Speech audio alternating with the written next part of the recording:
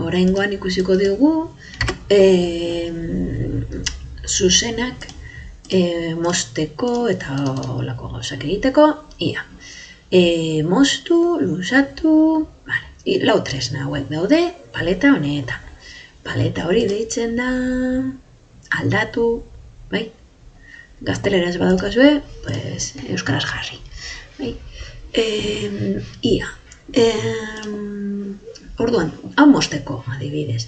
Nik nahi badut hemendik moztu tresna aukeratuko dut, eta zer esaten du komando lerroak, beti esaten digu pausuak, zer egingo dugun. Orduan, klikatu tresna eta zer dio, zehaztu entitatea mozteko. Hau, orain zehaztu lekua, nondik moztu nahi dugun. Orduan, edo daukagu zerbait zehatza, edo, kasu honetan, doitu tresna, eta hurbiltzen naiz, eta imaginatu hemendik moztu nahi dudala. Baina hor, moztu du Ctrl K, ematera noa, deselekzionar ez aukeratzeko ezer, Ctrl K. Orduan, orain ja, salditu du. Orduan, kuterra hori da bakarrik, mozten du, baina mantentzen ditu bi aldeak edo. Nik hemen beste bat eukiko banu, pues igual, kuterrarekin esango nahi badiotau, pues esan beharrean doitu entitateko edozin puntura, pues esango diot elkarrunean moztu nahi dudala, adibidez.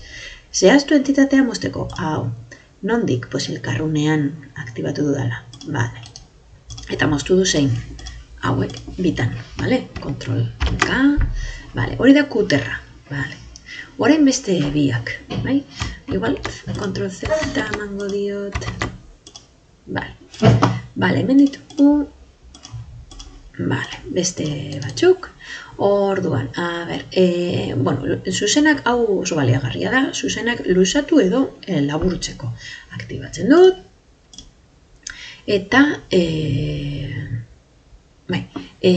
zer luzera jartzen dugu hemen, imaginatu nahi ditugula, erratu naiz eta 10 milimetro nahi dut luzeago bajarri hor 10, hurbildu erpinera eta egin klik, eta luzatzen dabil 10-etik 10era, 10eko unitatekin.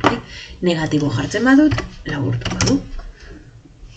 Hor duzue, laburtzen dabil, klik, klik,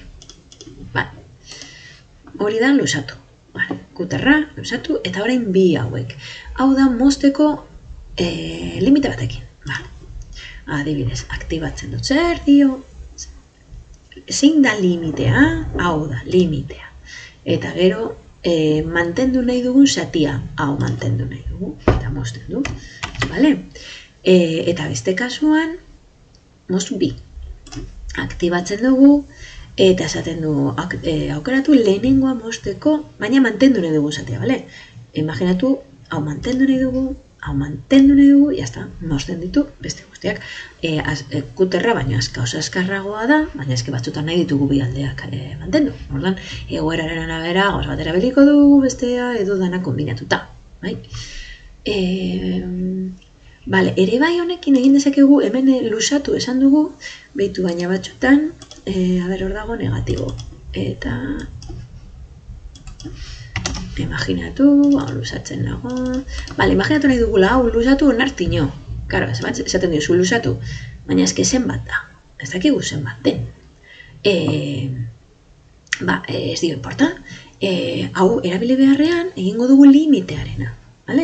Orduan, limitearena, esango diogu hau bela limitea, eta orduan, honek ez du bakarrik mozten baizik eta ere luzatzen. Limitea hau dela esan diogu eta esango diogu luzatu limitera arte. Moztu limitera arte edo luzatu limitera arte.